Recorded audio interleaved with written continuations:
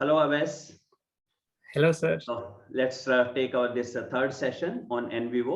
So last time we were discussing about data coding, and you told that we will have a practical session on that. So we can start now, please. Thank you so much, sir.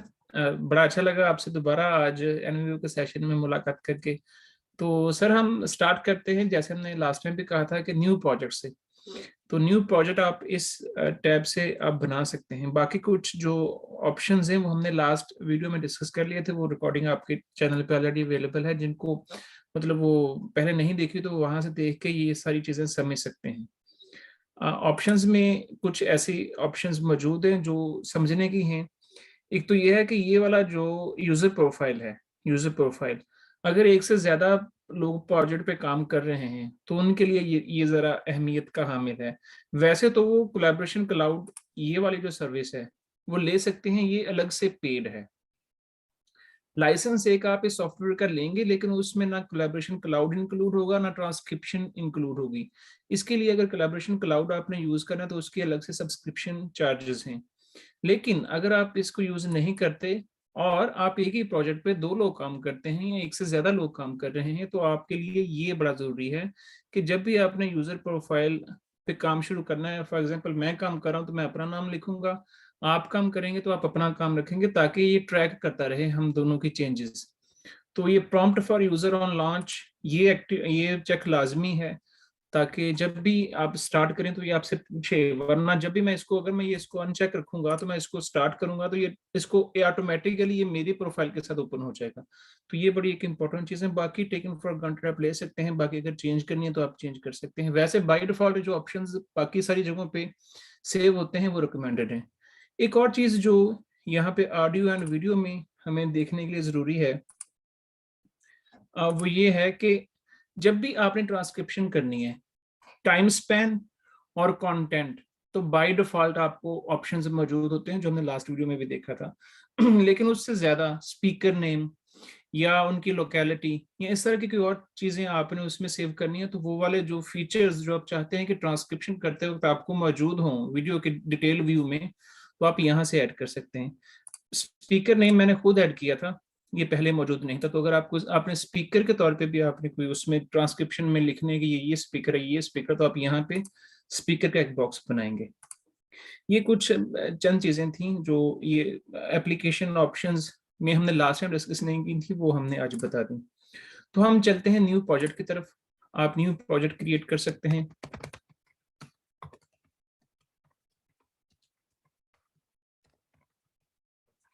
और आप next जाएंगे। यहाँ पे मैंने last time बताया था कि auto save का ऑप्शन आप यस कर सकते हैं। आप क्लिक करेंगे वो हर एक स्टेप जो है वो सेव कर लेगा, लेकिन इससे क्या होगा कि आप अंडू का ऑप्शन यूज नहीं कर सकते। लेकिन उससे ज्यादा रिकमेंडेड वे ये है कि आप ये टाइम सेट कर लें कि एवरी 10 मिनट्स के बाद वो आपको एक रिमाइंडर दे के आप अपना प्रोजेक्ट सेव कर लें। मैं कुछ ऐसे प्रोजेक्ट्स हैं जो जिनका डाटा वो मतलब मुझे नहीं रिकवर मैं कर सका था, क्योंकि मैंने ये ऑप्शन दोनों डिसेबल किए हुए थे। तो रिकमेंडेड ये है कि आप इसको यस पे रखें, टाइम आप आगे पीछे कर सकते हैं।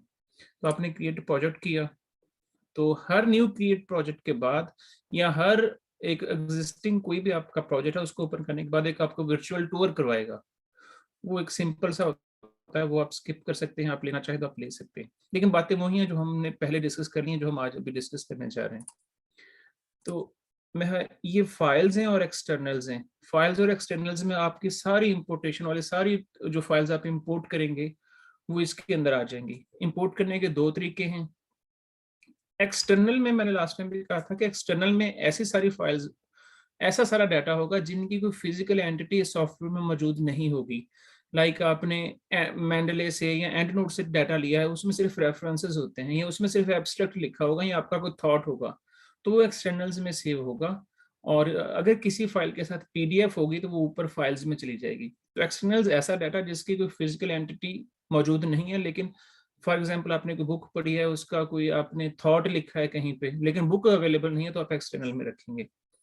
दो तरीके हैं इंपोर्ट करने के। ड्रैग एंड ड्रॉप सिंपल, आप यहाँ से ड्रैग एंड ड्रॉप करके इसमें लेके जा सकते हैं। और दूसरा तरीका ये इंपोर्ट टैब है।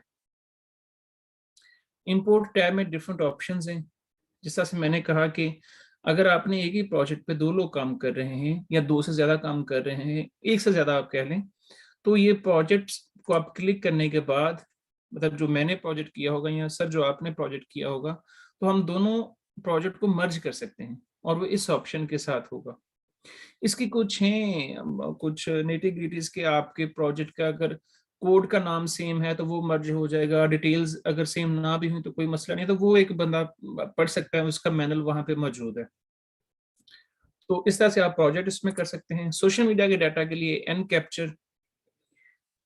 कैप्चर का फंक्शन हमने लास्ट टाइम बड़ी डिटेल के साथ डिस्कस किया था, जिसमें हमने ट्विटर का डाटा डाउनलोड करके देखा था। और अनफॉर्चुनेटली मैंने उस दिन भी कहा था कि फेसबुक और यूट्यूब और इंस्टाग्राम का डाटा अभी हम इससे कैप्चर नहीं कर सकते। क्यों? क्योंकि कैम्ब्रिज एनालिटिका के बाद वो थोड़ी सी सिक्योरिटी मेजर्स जो हैं वो एन कैप्चर अपने अंदर एम्बेड अभी तक नहीं कर सका। वो काम कर रहे हैं, तो वो होपफुली इन नियर फ्यूचर वो हो जाएगा। फाइल्स, एक तो तरीका यह है कि आप ड्रैग एंड ड्रॉप करते जाएं, दूसरा तरीका यह है कि आप इस पर क्लिक करें और यहाँ पे अगर आप देखें तो तमाम किस्म के सपोर्टेड फॉर्मेट्स आपको अवेलेबल होंगे। ये फाइल्स आप इसमें इंपोर्ट कर सकते हैं। ये DOC, docx, rtf, text document file, pdf, .mp3, mpeg, ये वीडियो फाइल्स जो होती हैं, हमारी इमेज फाइल्स, आउटलुक फाइल्स, और ये इसमें सारी फाइल्स इंक्लूड होती हैं। तो यहाँ से हम देख सकते हैं कि हम कौन कौन सी फाइल्स में इंपोर्ट कर सकते हैं। इसमें यह कि हम यूजुअली अगर इंटरव्यूज पे काम कर रहे हो तो हमारी वर्ड की फाइल्स होंगी, वो अगर पुराने एडिशन पे भी हम काम कर चुके हैं तो वो भी इंपोर्ट हो सकती हैं, और नए एडिशन पे काम कर चुके हैं तो वो भी इंपोर्ट होगी। एक यहाँ पे मैं एक बात ये जरूर कहना चाहता हूँ कि ये एनवीवो का लेटेस्ट एडिशन है जिसपे हम काम कर रहे हैं। अगर आपका कोई प्रोजेक्ट इससे पहले किसी वर्जन में आपने काम किया है तो वो तो चेंज हो जाएगा, लेकिन इसमें बना हुआ जो लेटेस्ट वर्जन में बना हुआ जो आपका प्रोजेक्ट होगा वो पुराने किसी वर्जन में नहीं चलेगा। ये इसकी डेफिशिएंसी कह लें, इसका कुछ कह लें, तो ये आपने थोड़ा सा देखना होता है कि आप किस वर्जन में काम कर रहे हैं, पहले आपने किस में किया हुआ है और अब किस में कर रहे हैं। तो ये कुछ इंपोर्ट करने की फाइल्स हैं जो आप कर सकते हैं। टाइप्स, सर्वे, हमने लास्ट टाइम बात की थी कि दो चीजें बहुत अहम है, एक फाइल क्लासिफिकेशन और एक केस क्लासिफिकेशन। केसेस हमने कहा था कि लेट्स से आपके इंटरव्यूज हैं तो उनमें जितने भी इंटरव्यूज और जितने भी इंटरव्यूअर्स होंगे वो आपके केसेस होंगे, कह लें यूनिट ऑफ एनालिसिस एक हिसाब से आप कह सकते हैं। और अगर आप मैनेजमेंट साइंसेस के हैं तो उसमें आपके यूनिट ऑफ एनालिसिस हो सकते हैं ऑर्गेनाइजेशंस, और ये कुछ भी हो सकता है। आप, ये आपके स्टडी की नेचर पे डिपेंड करता है कि आप किसको कह रहे हैं कि आपके वो जो बुनियादी वो चीजें हैं जिनको आप स्टडी करने जा रहे हैं। तो केसेस और जो केसेस में ऐसे सारे केसेस होंगे।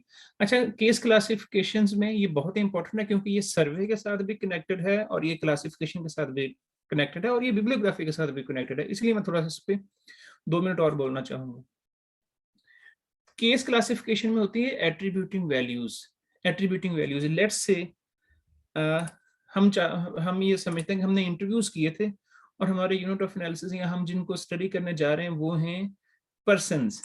तो हम एक क्लासिफिकेशन शीट बनाएंगे और एनवीवो में एक बाय डिफॉल्ट 2 तरह की क्लासिफिकेशंस आपको अवेलेबल हैं, जिनमें एक पर्सन है और एक ऑर्गेनाइजेशन है।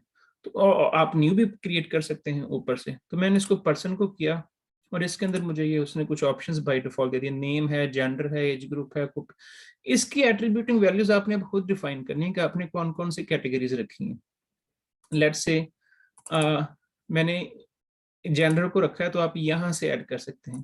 मैं इसको मेल भी हैं हमारे रिस्पोंडेंट्स, फीमेल भी हैं और हमारे अदर भी हैं, कोई ट्रांसजेंडर्स या कुछ भी हो सकते हैं। वो जेंडर स्टडीज वाले बता रहे थे सर एक दिन कि उन्होंने पता नहीं 27 के 37 किस्म के जेंडर की टाइप्स उन्होंने आइडेंटिफाई कर ली हैं। तो जितनी भी आप अपनी रिसर्च के मुताबिक उनको आइडेंटिफाई करके जितना भी आप उनको एसोसिएट करना चाहें विद पर्संस जो आपके केसेस में होंगे वो आप कर सकते हैं। मैंने ये डिसाइड कर लिया, मैंने एज ग्रुप डिसाइड कर लिया, लेट्स से 20 to 29, सॉरी, और 30 to 39। तो आप इसको इस तरीके से आप इसको कर सकते हैं।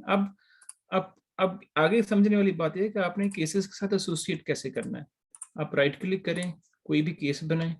लेट्स से मैं अपना केस बनाता हूँ, तो ये एट्रीब्यूटिंग वैल्यू का आ गया, और यहाँ से आप वो पर्सन की क्लासिफिकेशन सेलेक्ट कर सकते हैं जो आपने अभी केस क्लासिफिकेशन में क्रिएट की है।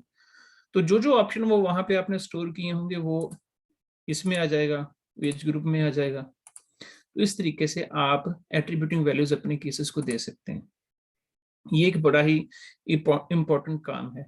और फाइल क्लासिफिकेशन के अंदर भी लेट्स से, जिस तरह से लास्ट वीडियो में भी हमने बात की थी कि मैं और एक हमारे क्लास फेलो हैं, वो एक ऐसे टॉपिक पे काम कर रहे हैं जिसमें हमने 20,000 आर्टिकल्स डाउनलोड किए हैं।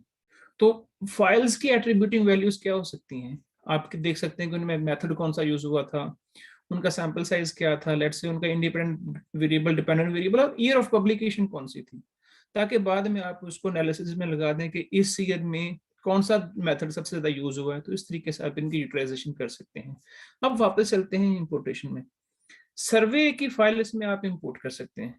अच्छा, सर्वे में जितने भी क्लोज एंडेड क्वेश्चंस होंगे, वो आप केस क्लासिफिकेशन में सेव कर सकते हैं। अवैस 1 मिनट यहाँ एक बार रोकना चाहूंगा।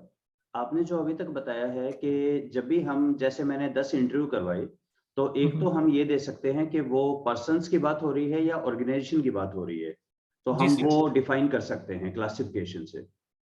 फिर आपने इसी तरह से बताया कि अगर आप सेकेंडरी डाटा पे काम कर रहे हैं तो फाइल्स हो जाएगी। तो फाइल्स के लिए राइट। कहाँ से, वो क्या सेम प्रोसीजर केस क्लासिफिकेशन में जाके ही फाइल्स का करना पड़ेगा हमें? नहीं सर, उसमें सिंपल आप फाइल अच्छा, क्लासिफिकेशन वहाँ में जाएं, फाइल, यहाँ पे न्यू क्लासिफिकेशन शीट उसकी अच्छा अलग है। वही हो जाएगा। इसकी इसकी बाय डिफॉल्ट उन्होंने ये कुछ दी हुई हैं ओके कि ये फाइल की क्लासिफिकेशंस ये हो सकती हैं। ओके ओके, ठीक है। इसमें आप ऐड भी कर सकते हैं ऊपर। तो अगर हम सेकेंडरी डाटा ले रहे हैं, किसी की स्पीच डाउनलोड कर रहे हैं, तो फाइल क्लासिफिकेशन को यूज कर लेंगे, और अगर ऐसे ही इंटरव्यू कंडक्ट कर रहे हैं तो हम केस क्लासिफिकेशन को कर केस लेंगे। क्लासिफिकेशन में और ऐसे उसमें ही। भी हो सकता है वो एक ही ऑर्गेनाइजेशन, मेरा रेफरेंस पॉइंट ऑर्गेनाइजेशन है या इंडिविजुअल पर्सन, अकॉर्डिंगली हम देख सकते हैं। राइट। ओके। राइट। और अगर अब सर, हम आगे अगर बात कर रहे हैं। अगर कोई एनिमल कम्युनिकेशन या कुछ पे काम कर रहा है तो उसके कुछ डिफरेंट भी हो सकते हैं, वो आप केस क्लासिफिकेशन की यूटिलाइजेशन अब हमारे ऊपर है कि हम उसको किस अच्छा, तरीके से देना चाहते ओके ओके।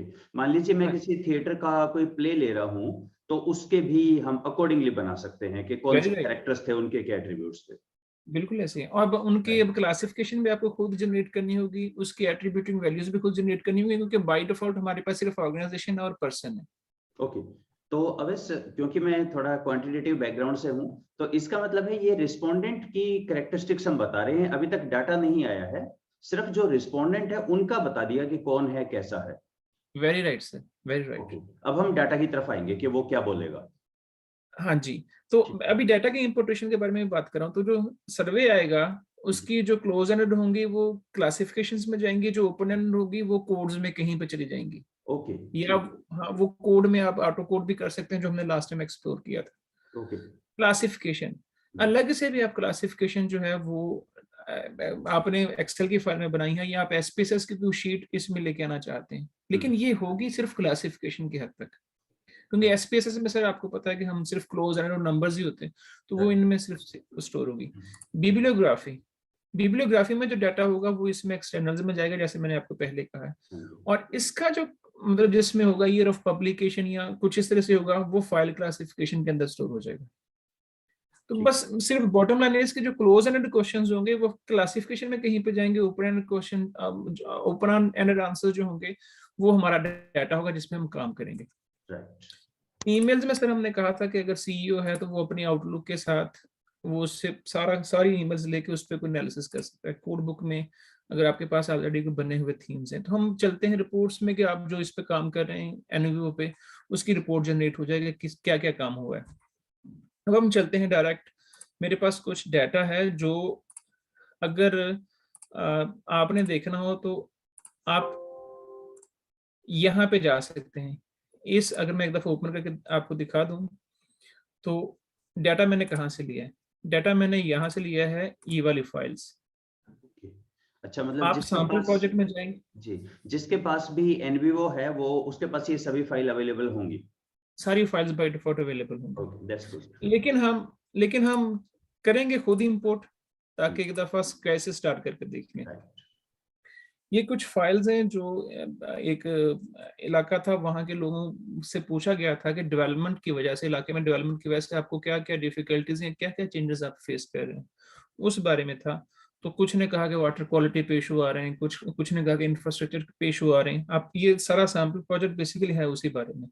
तो मान लीजिए कि हमने एक इंटरव्यू किया है, तो और हम उसको इसमें लेके आ रहे हैं।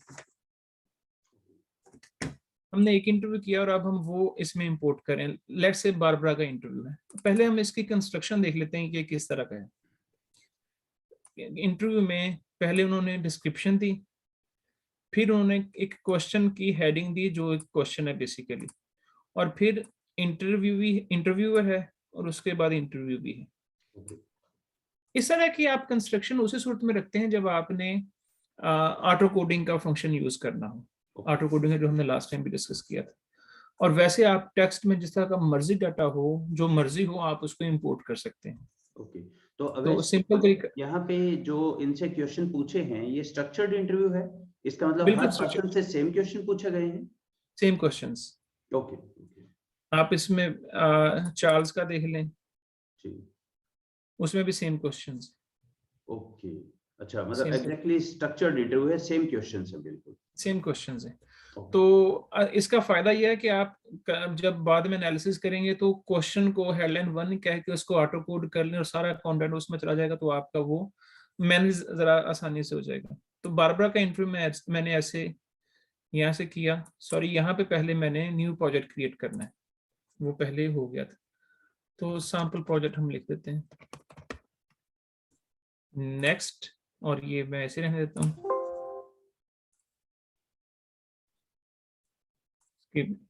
तो फाइल्स में आप मान लीजिए कि आपने इंटरव्यूज किए हैं।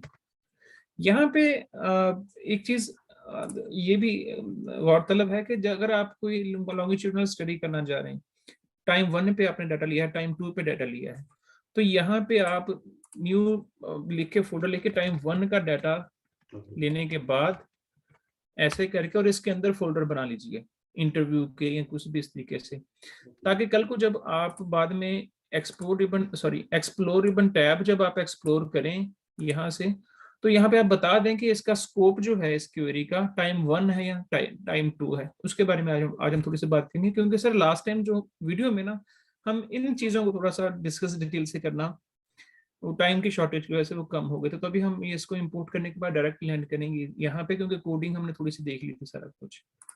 तो इस तरीके से हम बारबरा को ड्रैग एंड ड्रॉप करते हैं यहाँ पे।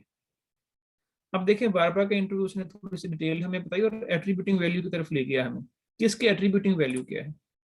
अब चूंकि हमने फाइल क्लासिफिकेशन में कुछ भी क्रिएट नहीं किया हुआ, तो उसने कहा कि आपकी कोई क्लासिफिकेशन नहीं है, तो आप इसको ओके करके अब ये आपकी इंपोर्ट हो गई है।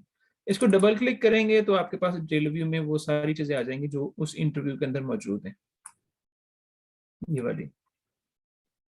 इस तरह से आप इसका इंटरव्यू है। तो अब मान लीजिए कि आपने ये सारी जितनी भी फाइल्स है, मैं इसलिए नहीं इंपोर्ट कर रहा ताकि वो एक मैसी सा ना हो जाए, लेकिन मैं एक ही फाइल पे वो सारे ऑपरेशंस यूज करने लगा हूं जो आप मल्टीपल फाइल्स पे कर सकते हैं। इसको अब हमने कोड कैसे करना है इनटू डिफरेंट थीम्स। तो पहले इस वर्जन से पहले एनवीवो कोड्स को नोड्स कहता था। अब उसने सिंपल सा कोड्स, और शायद अगले वर्जन में ये थीम्स पे आ जाए। तो अब कोड्स हैं तो कोड्स में आप मैनुअली, ये इसमें इंडक्टिव और डिडक्टिव अप्रोच दोनों यूज हो सकती हैं। लाइक अगर आप इंडक्टिव अप्रोच यूज करने जा रहे हैं अपने स्टडी में, तो पहले इंटरव्यू पढ़ें, कुछ सेंस लें, और वहां से कुछ जो थीम्स निकलते हैं वो आप राइट क्लिक करके सिंपल वो कोड बना लें। लाइक मैं कहता हूँ कि वाटर क्वालिटी के बारे में लोगों ने बात की होगी, या लिटरेचर कहता है, या आपने जैसे भी जो ये अक्स किया है कि वाटर क्वालिटी के बारे में बात हो रही होगी, तो मैंने वाटर क्वालिटी के बारे में कर दी। मैंने ये कहा कि इंफ्रास्ट्रक्चर के बारे में लोगों ने बातें की होंगी। तो अवैस ये आपके वो क्वेश्चन भी हो सकते हैं जो आपने पूछे थे? जनरली हम सर ऐसा करते हैं कि क्वेश्चन नंबर 1 इस बारे में, 2 इस बारे में, 3 इस बारे में। कुछ भी हो सकता है सर। अगर क्वेश्चन के बारे में करना है तो अच्छा, क्वेश्चन के बारे में सर अगर करना है ना, तो उसके लिए बेहतरीन हाल यह है कि ऑटो कोडिंग करें और वो जो मैंने आपको लास्ट टाइम जिक्र किया था कि इसको करने के बाद आप क्वेश्चन को हेडलाइन 1 कह दें, ये हमने लास्ट टाइम भी डिस्कस किया था। मतलब कोई फॉर्मेटिंग दे दें, कोई ओके। फॉर्मेटिंग दे दें, लाइक हेडलाइन 1 इसको कह दिया, क्वेश्चन 2 को भी आप हेडलाइन 1 कह दें, क्वेश्चन 3 को भी हेडलाइन 1 कह दें, क्वेश्चन 4 को भी हेडलाइन कर दें। इन केस अगर आप इन क्वेश्चंस के सबसीक्वेंट जितना भी टेक्स्ट है इन इन इन इन इन क्वेश्चंस के थीम्स में आप इनको पॉपुलेट करना चाहते हैं, तो इन केस तो वो इस तरह से हो सकता है कि आप ऑटो कोड करें। ये स्टाइल एंड स्ट्रक्चर आ गया, इसको आप नेक्स्ट करेंगे तो पैराग्राफ के फॉर्म में अगर आप करेंगे तो एक पैराग्राफ को वो एक कोड बना देगा, दूसरे को दूसरा कोड बना देगा। वो हम नहीं कर रहे, क्यों? क्योंकि हमने ऑलरेडी इनको कोई ना कोई स्टाइल दिया हुआ है। ये देखें, बाकी टेक्स्ट नॉर्मल है और एक हेडलाइन 1 है। इसको आप नेक्स्ट करेंगे। एग्जिस्टिंग कोड नहीं, मैं न्यू कोड बनाना चाहता हूँ और इसका नाम ये है कि क्वेश्चन वाइज थीम्स। आप ये कह दें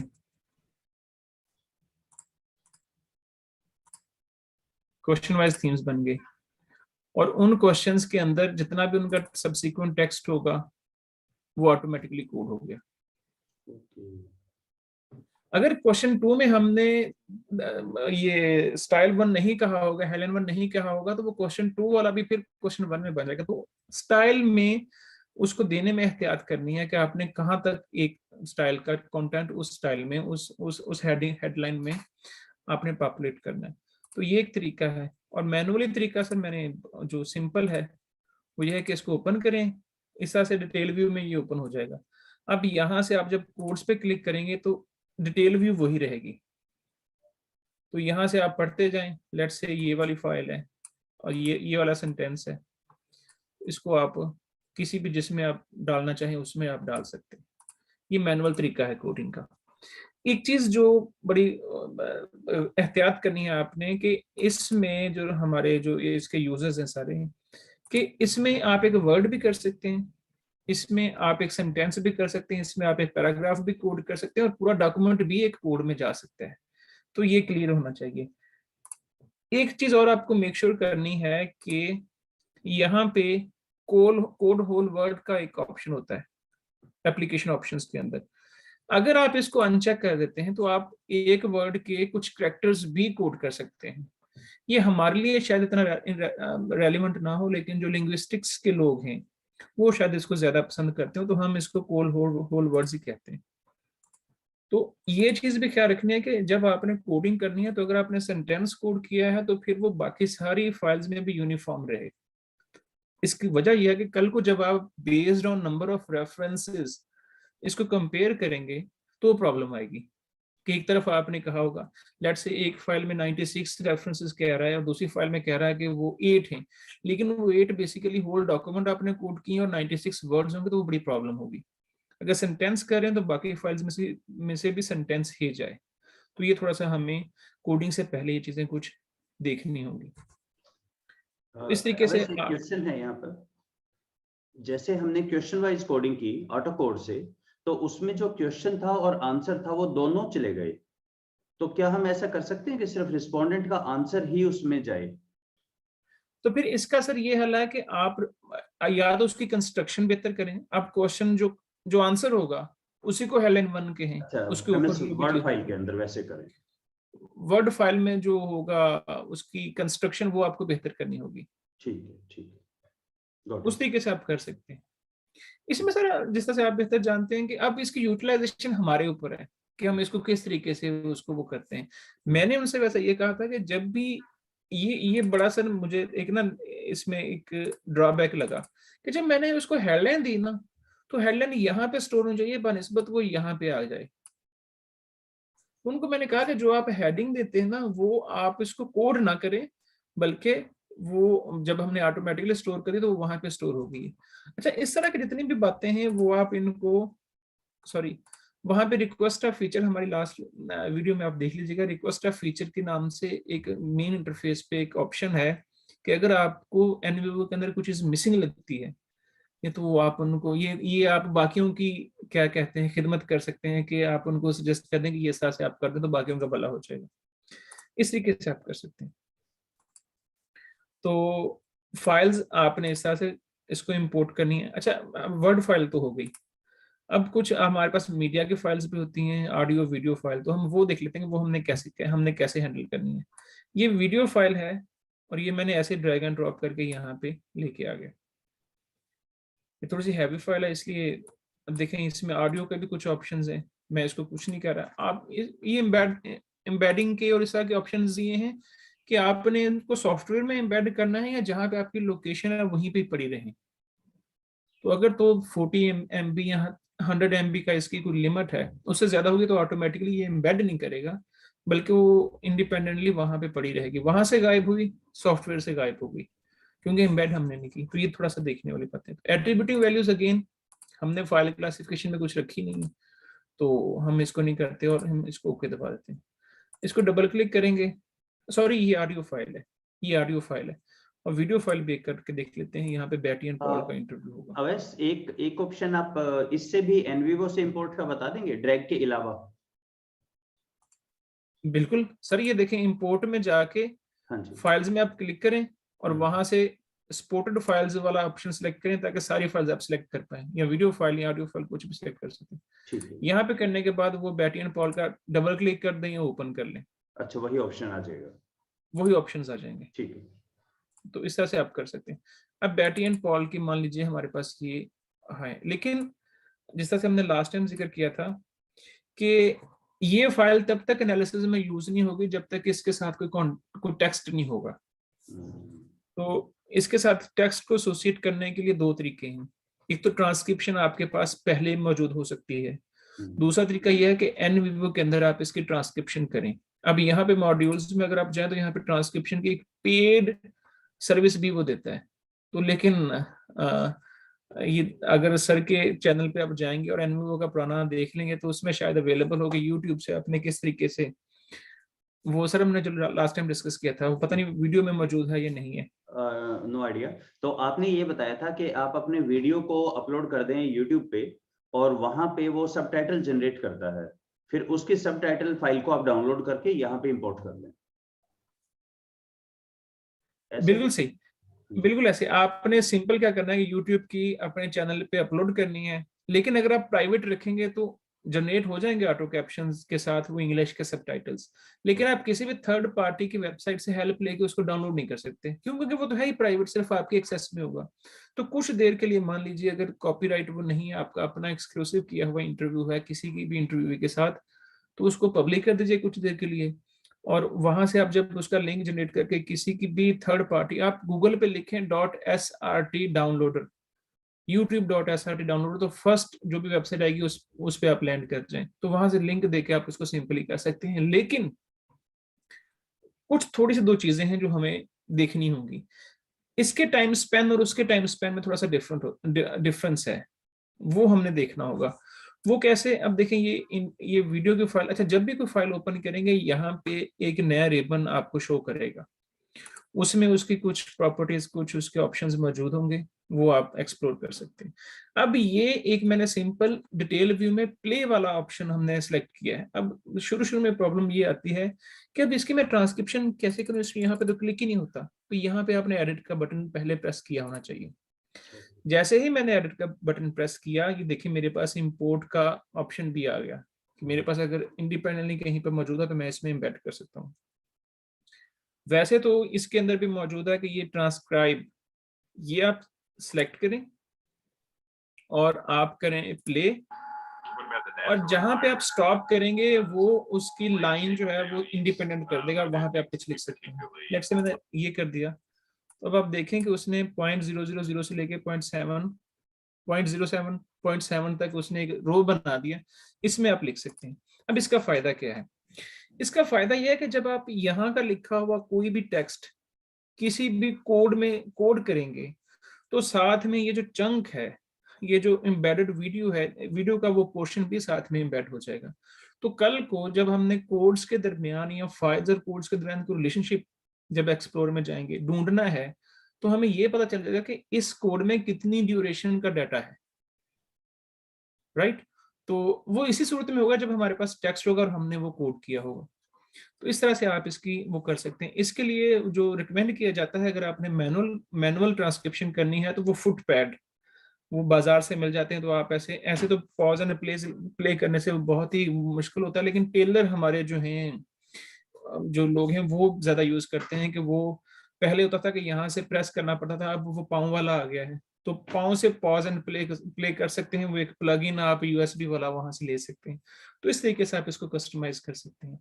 लेकिन इसका सबसे बेस्ट तो तरीका यही है कि आप यूट्यूब पे जाएं और वहां पे अपलोड करें और उसके सबटाइटल्स डाउनलोड कर लें। लेकिन अच्छा, वहां पे टीएक्सटी फाइल भी हो जाती है, वहां पे एसआरटी फाइल भी हो जाती है। टीएक्सटी फाइल में तो सिर्फ टेक्स्ट होगा और एसआरटी फाइल में टाइम स्पैन भी बना होगा, राइट? टाइम स्पैन भी बना होगा, लेकिन टाइम स्पैन उसका थोड़ा सा डिफरेंट है एज कम्पेयर टू एनवीवो। एनवीवो के अंदर इस तरह से ये सेकंड्स और ये मिली सेकंड है, तो आपने ये वाला फॉर्मेट रखना है अगर उस आपने एम्बेड करना चाहते हैं। लाइक आपने जब इस तरह की कंस्ट्रक्शन कर ली अपनी फाइल में, तो आप यहाँ पे सिंपल इंपोर्ट प्रेस करें, यहाँ पे क्लिक करें, और ये बैटी एंड पॉल का है, ये पहले से ही मौजूद है। पहले मैं इसको ओपन कर लेता हूँ कि इसकी कंस्ट्रक्शन कैसी है। ये देखें, टाइम स्पैन, कंटेंट और स्पीकर नेम। ये हमने टाइम स्पैन रखा, ये उसका कंटेंट है और ये स्पीकर का नाम है। तो इस तरीके से आप करने के बाद उसमें इंपोर्ट कर सकते हैं। आपने ये काम ये खुद टाइप किया है या यूट्यूब से लिया है, ये जो आपने अभी दिखाया था? ये सर इस सॉफ्टवेयर के अंदर मौजूद है। अच्छा अच्छा, मौजूद है इसमें तो, राइट राइट। मौजूद है। अच्छा, इसमें अब अगेन सर इसके एक एक अगर हम, अब ये मैंने बता दिया, इसके दो तीन तरीके हैं। अगर हम सिर्फ ट्रांसक्रिप्शन को ही ले लें तो शायद हम अगला पूरा घंटा बात कर सकते हैं। हाँ जी। लेकिन हम चाहते हैं कि हम सिर्फ ओरिएंटेशन देते हैं, बाकी सर जो भी आपके यूजर्स हैं तो वो खुद अगर उनका काम ट्रांसक्रिप्शन का है तो बेसिक उनको अंडरस्टैंडिंग होगी तो वो सारे एक्सप्लोर कर सकते हैं। इतना की रॉकेट साइंस है नहीं ये। तो इस तरह से भी कर सकते हैं। दूसरा, वो टेक्स्ट फाइल में भी कर सकते हैं। कैसे कर सकते हैं कि पहले टाइम स्पैन लिखेंगे, फिर टैब दबाएंगे, फिर लिखेंगे कंटेंट, फिर टैब दबाएंगे, फिर लिखेंगे स्पीकर। ये हो जाएगी उसकी हेडिंग। अब जो नीचे वो लिखेंगे ना, पहले टाइम स्पैन लिख के फिर टैब दबा दें, फिर कंटेंट लिख दें, फिर टैब बना के उस स्पीकर का नाम लिख दें। टेक्स्ट फाइल में अगर आपने जनरेट करना है तो आप इस तरीके से कर सकते हैं। तो इसके दो तीन डिफरेंट तरीके हैं, वो अडॉप्ट कर सकते हैं। तो बैटी एंड पॉल की मैंने ये डबल क्लिक की। अब वो मुझसे पूछता है कि ये आपने किस फॉर्मेट में रखा है। टाइम स्पैन के फॉर्मेट में रख सकते हैं, पैराग्राफ के फॉर्मेट में रख सकते हैं, और ये तीनों फॉर्मेट आपने तभी रखने हैं अगर आप ट्रांसक्रिप्ट को वीडियो के साथ एम्बेड करना चाहते हैं। तो मैंने लेट्स से मैंने टेबल रो में कर दिया। तो ये देखें टेबल रो में, या मैंने कर दिया पैराग्राफ में, देख लें किस तरीके से, या टाइम स्पैन में। तो मैंने इसको टेबल रो में करता हूँ ताकि टाइम स्पैन, कंटेंट और स्पीकर का नाम इस तरह से आ जाए। अच्छा, बाद में ये इंपोर्ट करने के बाद आपने उसको बताना है कि टाइम स्पैन वाली आपकी कौन सा बॉक्स है, कौन सी लाइन है। यहाँ पे आप रखें टाइम स्पैन, मैंने नाम ही उसका टाइम स्पैन रखा है, और कंटेंट में मैंने नाम उसका कंटेंट रखा है, और स्पीकर में उसका नाम मैंने स्पीकर रखा है।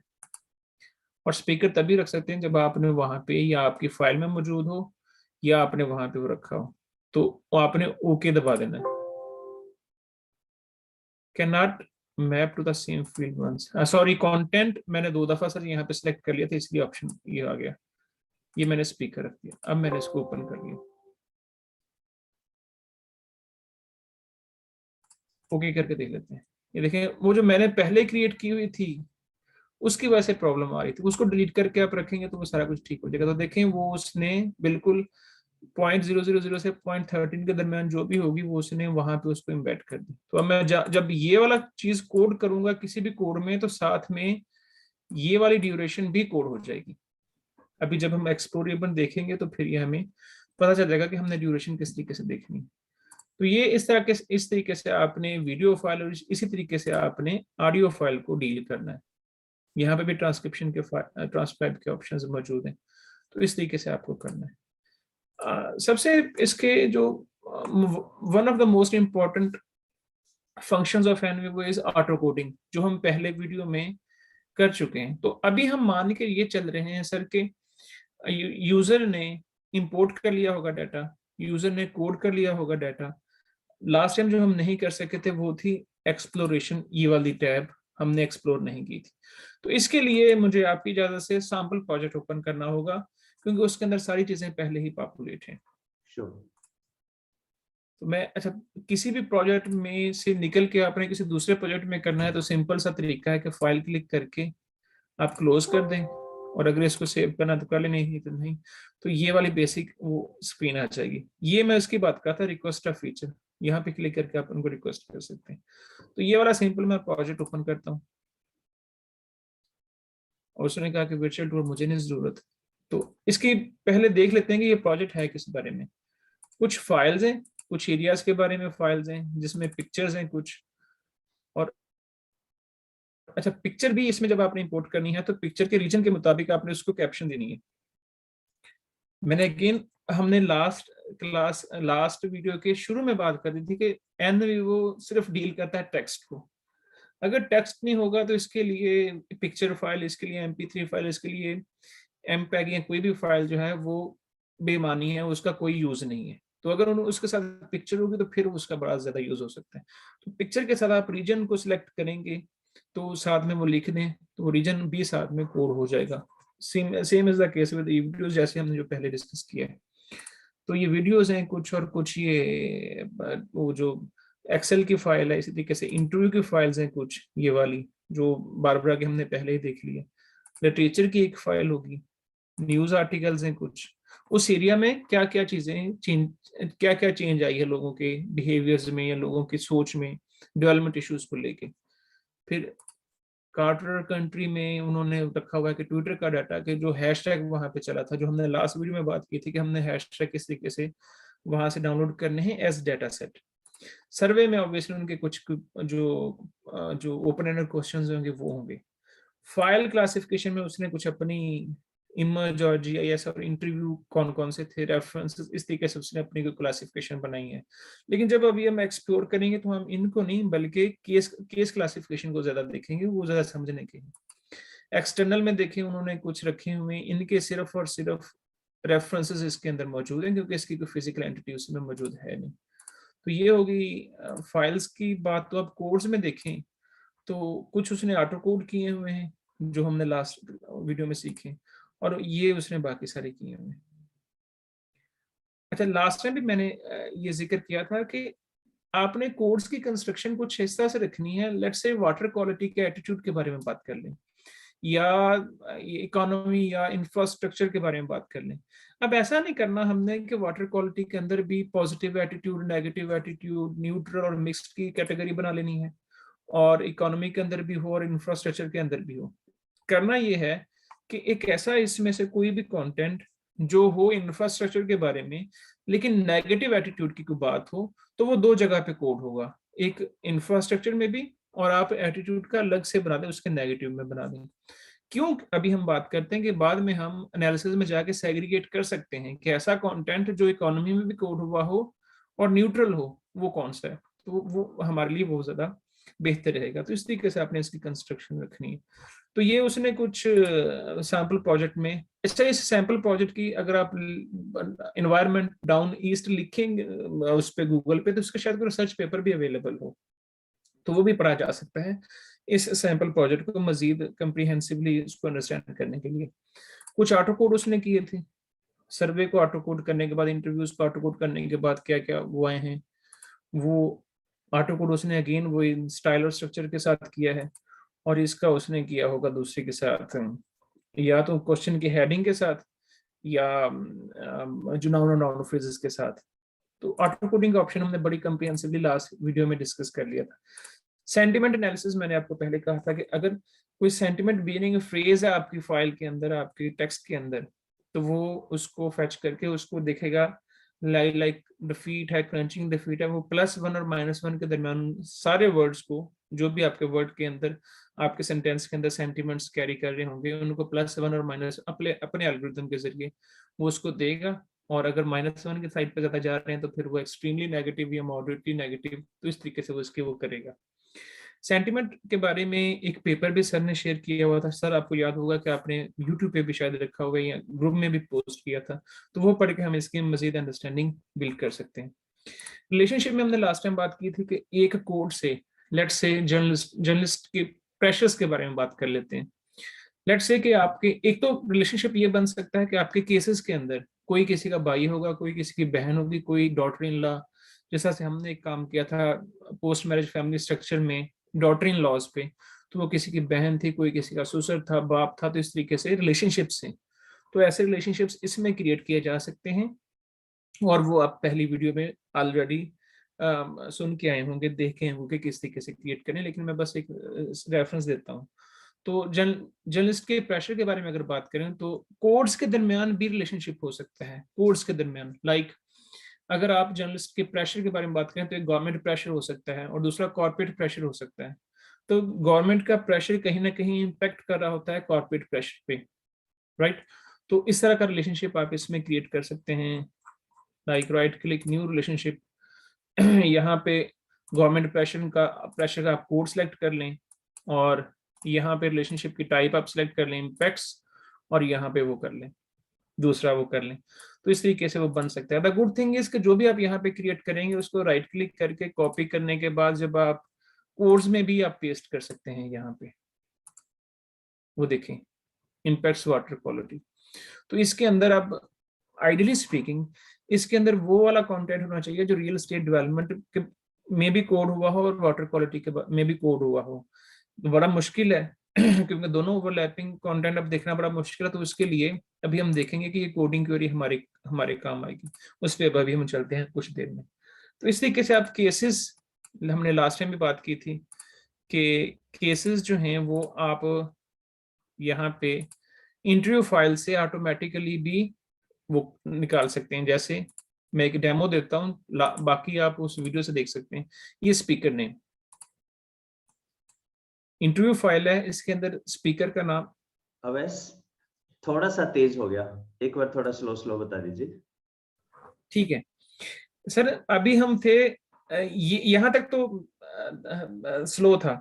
तो केसेस हमने कैसे, एक तो मैनुअली आप केस क्रिएट करें, और जो भी इंटरव्यू की फाइल होगी उसमें मैनुअली केसेस में भी डाटा आप पॉपुलेट कर सकते हैं मैनुअली, जिस तरीके से आप कोड्स में डाल सकते हैं। केसेस का मतलब है रिस्पोंडेंट यहाँ पे। रिस्पोंडेंट्स ओके, लेकिन फाइल्स के अंदर तो उनका रॉ डाटा होगा, रॉ डाटा। Raw data. हाँ जी। तो हम इसमें उनका जो बाकी सारा डाटा सिर्फ मतलब बारबरा का डाटा सिर्फ, या हेनरी का सिर्फ जो उसने पूछा है या कहा है वो रखेंगे। हाँ जी। मैनुअल तरीका तो इसका ये है कि आप इसमें इसको खोलें और बारबरा के इंटरव्यू को खोलें, या बारबरा के इंटरव्यू की बजाय आप इंटरव्यू की फाइल खोलें, बारबरा की फाइल खोलें और यहाँ पे केसेस सिलेक्ट करें, और यहाँ पे बारबरा आ जाएगा और यहाँ से डाटा उसमें पुट करते जाएं। एक तो तरीका ये है, ये इंटरव्यू पार्टिसिपेंट हो गए। हाँ जी। तो यहाँ से उसका बारबरा का डाटा सिलेक्ट करें ऐसे, और उसके केस में डाल दें। ओके। एक तो तरीका ये है। दूसरा तरीका ये है कि अगर आपने उसका स्पीकर का नाम रखा है, जिस तरीके से हमने लास्ट टाइम भी सीखा था, कि अब इस अगर डॉक्यूमेंट को हम खोलेंगे ना, ये डॉक्यूमेंट है बेसिकली जो पहले खुला हुआ है। इसकी कंस्ट्रक्शन हमने पहले देखी है कि डिस्क्रिप्शन, क्वेश्चन का नाम, इंटरव्यूवी का नाम, और सॉरी इंटरव्यूअर का नाम और इंटरव्यूवी उसका टेक्स्ट। तो सिंपल अगर तो ये कंस्ट्रक्शन है आपकी फाइल की, इसका मतलब ये है कि आपकी फाइल में स्पीकर के नाम के साथ उसका कंटेंट है।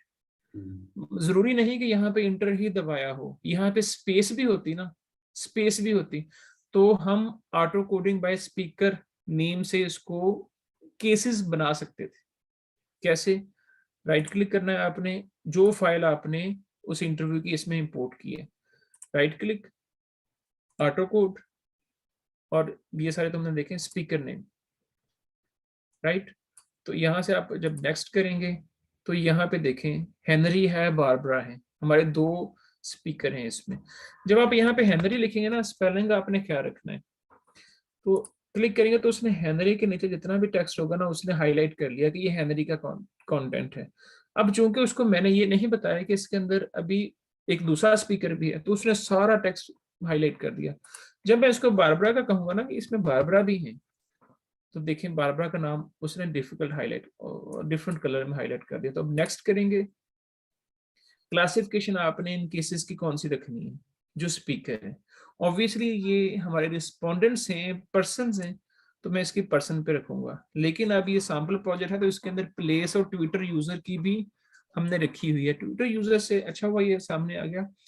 जब आप ट्विटर का डाटा फेच करते हैं ना, तो उसको ऑटो कोडिंग के जरिए आप उसमें से निकाल सकते हैं, उसमें भी तो होगा ना उसका यूजर नेम क्या होगा, उसकी एज क्या होगी, तो वो आप केस क्लासिफिकेशन में रख सकते हैं। तो ये पर्सन हो गया, तो इसको आप जब क्लिक करेंगे तो और फिनिश कर दें तो समझ लीजिए कि वो वाले यहाँ पे कहीं पे स्टोर हो गए, क्योंकि पहले ही स्टोर है। तो ये देखें बारबरा, और ये देखें बारबरा अब मेन में आ गया क्योंकि हमने उसमें नहीं रखा, और हेनरी। अवश्य यहाँ पे रेफरेंस का क्या मतलब है? ये रेफरेंस है, हाँ जी, ये वो जितने पैराग्राफ भी, है, उसके आंसर्स हैं।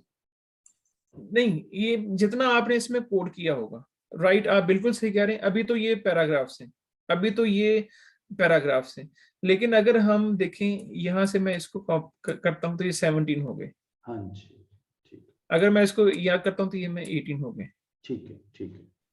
और लेकिन अभी फाइल एक ही है सिंपल फाइल में, और अगर मैं किसी और फाइल से करूंगा तो फिर फाइल भी 2 हो जाएंगी हाँ जी, हाँ जी, और ठीक है। रेफरेंसेस बढ़ जाएंगे। इस तरीके से ये है। तो केसेस आपने इस तरीके से करनी है, और केसेस को फिर आपने क्लासिफिकेशन, अब मान लीजिएगा आप पहले क्रिएट कर चुके हैं केसेस, और उसके बाद आपने क्लासिफिकेशन केस क्लासिफिकेशन क्रिएट की है, तो फिर आप राइट क्लिक करके इसकी प्रॉपर्टीज में जाके और इसकी एट्रीब्यूटिंग वैल्यूज सेट कर सकते हैं यहाँ पे, जो आपने केस क्लासिफिकेशन के अंदर बनाई होगी। तो राइट। ये सिंपल सा सेटअप था जो आपने इसमें करना था। इसकी कुछ चीजें हमने पिछली वीडियो में भी कवर कर ली थी, जो चीज रहती थी वो आज हम उसको देखते हैं। तो अब मैं अज्यूम करता हूँ कि आपने डाटा इंपोर्ट कर लिया होगा, डाटा मैनुअल कोडिंग कर ली होगी या ऑटोमेटिक कर ली कोडिंग कर ली होगी, वीडियोस इंपोर्ट कर ली होगी, उसकी ट्रांसक्रिप्शन कर ली होगी, पिक्चर्स की होंगी तो उनके रीजन्स को उनके मुताबिक आपने कर लिया होगा। सिंपल सा है। अगर कोई इसमें से हम किसी एक चीज पे थोड़ा सा नहीं भी डिटेल से बात कर पाए, तो आप जब इसको मैनुअली देखेंगे तो बिल्कुल आसान सा ये प्रोसीजर है।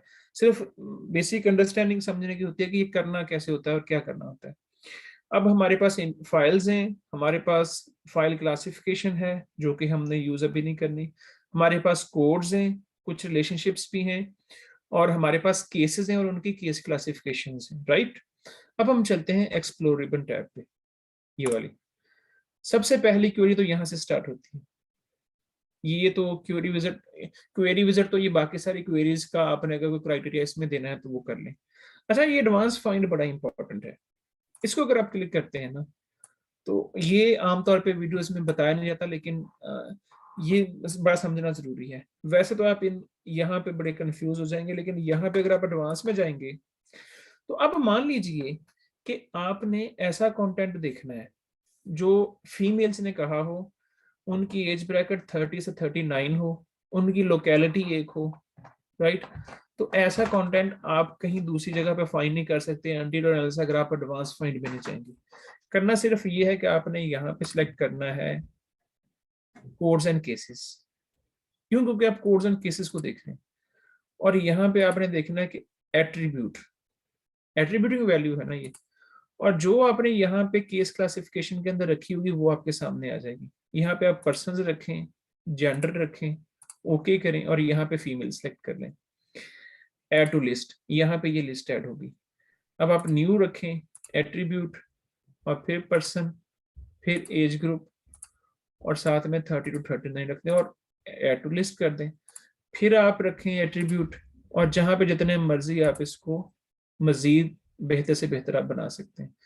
लाइक टाउनशिप वो किस में रहता है, तो यहाँ पे आप उस टाउनशिप का रख दें कि वो सी लेवल वाली साइड पे। अब हुआ क्या, इससे ये चीज हमें फाइंड नाउ वो लिखा हुआ है कि ऐसे केसेस या ऐसा कंटेंट जिसमें फीमेल ने कहा हो 30 to 39 उनकी एज हो और उनकी लोकेलिटी ये हो। आप मजीद इसमें जितना मर्जी क्राइटेरिया इसको बढ़ाते जाएं, इस तरीके से आप इसको एडवांस फाइंड कर सकते हैं, तो और ये जब सेट बन फाइंड सकता है। अवैस जब हम फाइंड करेंगे क्या आ जाएगा? उन सब की वैसी गर्ल्स का डाटा टेक्स्ट फाइल एक जगह आ जाएगा? नहीं सर, वो अभी उनके सेट बनाएगा, सेट बनाएगा, अच्छा, सेट बनाएगा। उस जो अभी बाकी हम जाएंगे वो हम यहाँ पे जाएंगे। अब ठीक, फर्ज के लिए हम वर्ड फ्रीक्वेंसी से स्टार्ट करते हैं। ठीक है। वर्ड फ्रीक्वेंसी से, वर्ड फ्रीक्वेंसी पे क्लिक करते हैं तो अब देखें कि अब आपने अब ये अच्छा ये ख्याल है कि जब हमने सर्च इन रखना है तो इसका मतलब है कि हम उसका स्कोप कितना बड़ा या स्कोप कितना लिमिट रखते हैं। लाइक आप पूरी फाइल्स से करना चाहते हैं सर्च,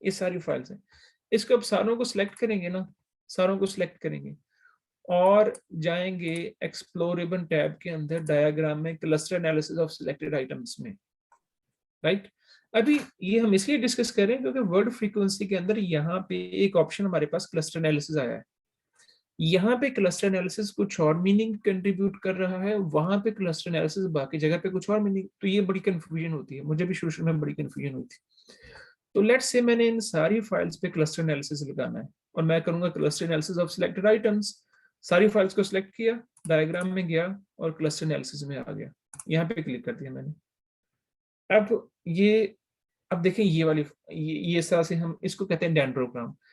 इस सूरत में वो ये डेंड्रोग्राम ये कम्युनिकेट कर रहा है कि based on word similarity, word similarity कौन कौन से फाइल्स जो हैं वो आपस में सिमिलर हैं, आइडेंटिकल हैं, उसने वो क्लब कर दिया। लाइक कैन और बैटी और पॉल जो है ना वो एक ही तरह की बातें कर रहे हैं अपने इंटरव्यूज में। उसी तरह से रिचर्ड और पैट्रिशिया और ये रिस्पोंडेंट भी एक ही तरह की बात कर रही हैं। विलियम और चार्ल्स ने एक ही तरह की बात की होगी, राइट। इस सूरत में ये इस तरीके से कंट्रीब्यूट करता है। और हेलन जो है ये बिल्कुल ही अपनी एक अलग से दुनिया बसाए हुए हैं।